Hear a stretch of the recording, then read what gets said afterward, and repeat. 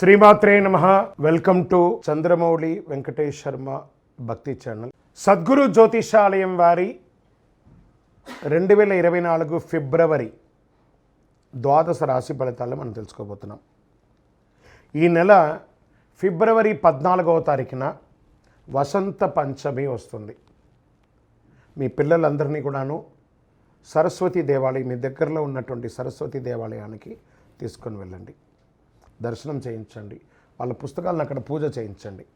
Okay, ఇది పెట్టుకుంటే మన ప్రపంచానికి జనవరి 22వ తారీఖున రాజా రామచంద్రస్వామి వారు తన యొక్క రామరాజ్యాన్ని స్థాపించేశారు.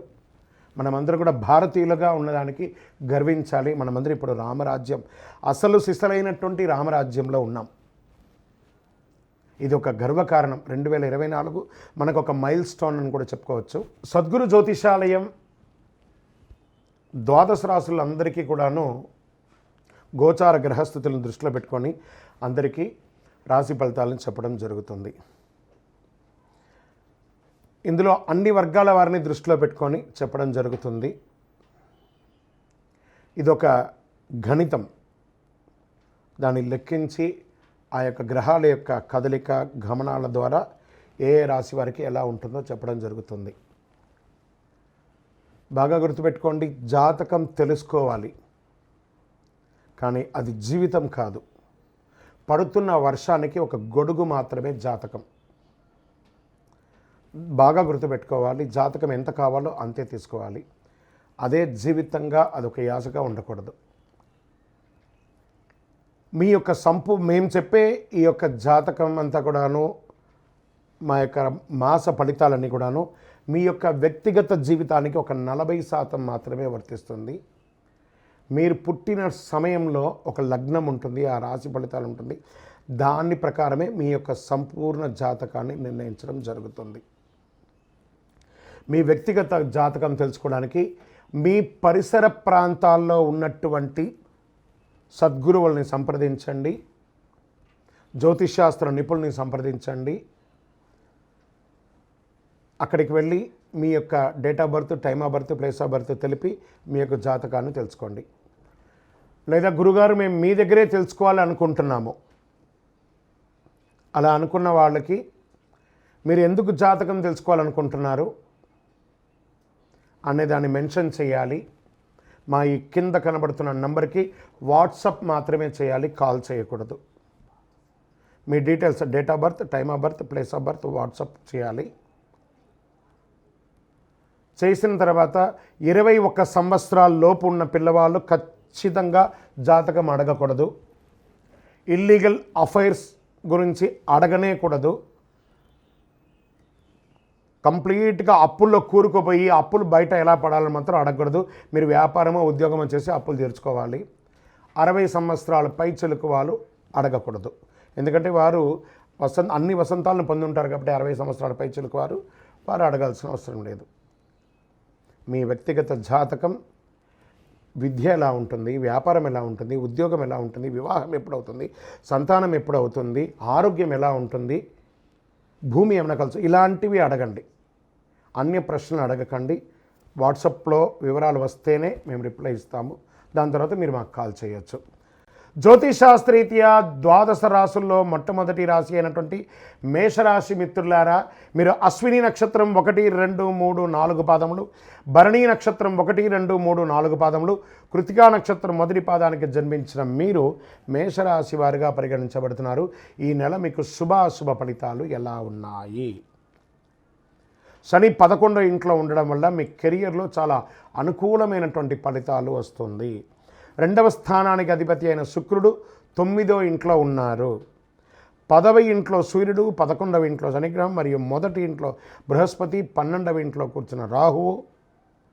ఆగిపోయిన పనులంతా కూడా వేగం పుంజుకుంటాయి ఈ నెల.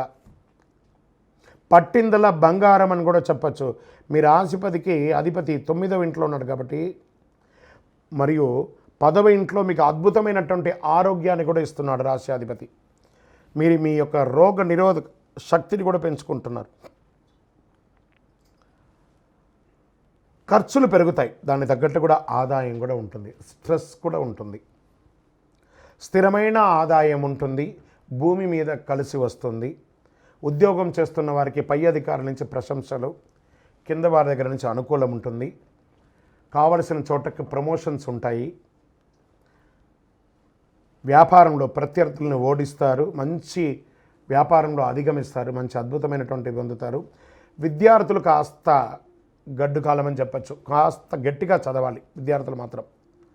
చాలాసార్లు ఈ నెల సవాళ్ళను ఎదుర్కొంటారు మీరు. మాస ద్వితీయంలో ఊపందుకుంటుంది, విదేశాలకు వెళ్ళే అవకాశం బాగా కనబడుతున్నాయి. కుటుంబ బంధువులు భార్యాభర్తల మధ్య మిశ్రమ ఫలితాన్ని కూడా చేస్తుంది. ఇంటికి సంబంధించినటువంటి ఆదాయం పెరుగుతుంది. ఇంటి సభ్యులు ఒకరి పట్ల ఒకరు ప్రేమానురాగాలతో ఉంటారు. ప్రేమికులు లవర్స్ ఉంటారు కదా, వాళ్ళకి ఇది ఒక మంచి సమయం అని కూడా చెప్పచ్చు. మీ ప్రియమైన వారితో గడుపుతారు. ఆర్థికంగా మంచి ఆదాయం ఉంటుందని కూడా చెప్పచ్చు. ప్రభుత్వ రంగం ద్వారా ప్రయోజనం పొందే అవకాశాలు కనబడుతున్నాయి. ఆర్థిక సవాళ్ళన్నింటిని ఎదుర్కొంటారు. బ్యాంక్ లోన్స్కి, చిట్ ఫండ్స్లో ఏమైనా సంతకాలు పెట్టేటప్పుడు ఒకసారికి రెండుసారి ఆలోచించి పెట్టండి. కొత్త అగ్రిమెంట్, కొత్త కాంట్రాక్టర్ వ్యాపారాల్లో లాభాలను చేస్తుంది.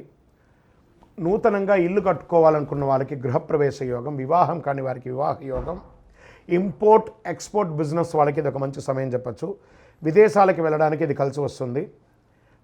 రాజకీయ నాయకులకి అద్భుతం, ప్రజాక్షేత్రంలో చాలా అద్భుతమైనటువంటి ఇస్తుంది. డాక్టర్స్, డిఫెన్స్, పోలీస్ వర్గం వారికి చాలా బాగుంటుంది. స్త్రీలు ఎంటర్‌ప్రెన్యూర్‌గా బాగా రాణిస్తారు. వ్యవసాయదారులకి చాలా బాగుంటుంది. ఓవరాల్ ఈ నెల చాలా బాగుంటుందని కూడా చెప్పచ్చు. మీ పర్సనల్ జాతకానికి కింద నెంబర్ని సంప్రదించండి.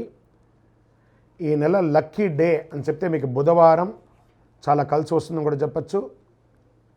లక్కీ నెంబర్ అని చెప్తే మీకు 5 అనే ఒక నెంబర్ కలిసి వస్తుంది.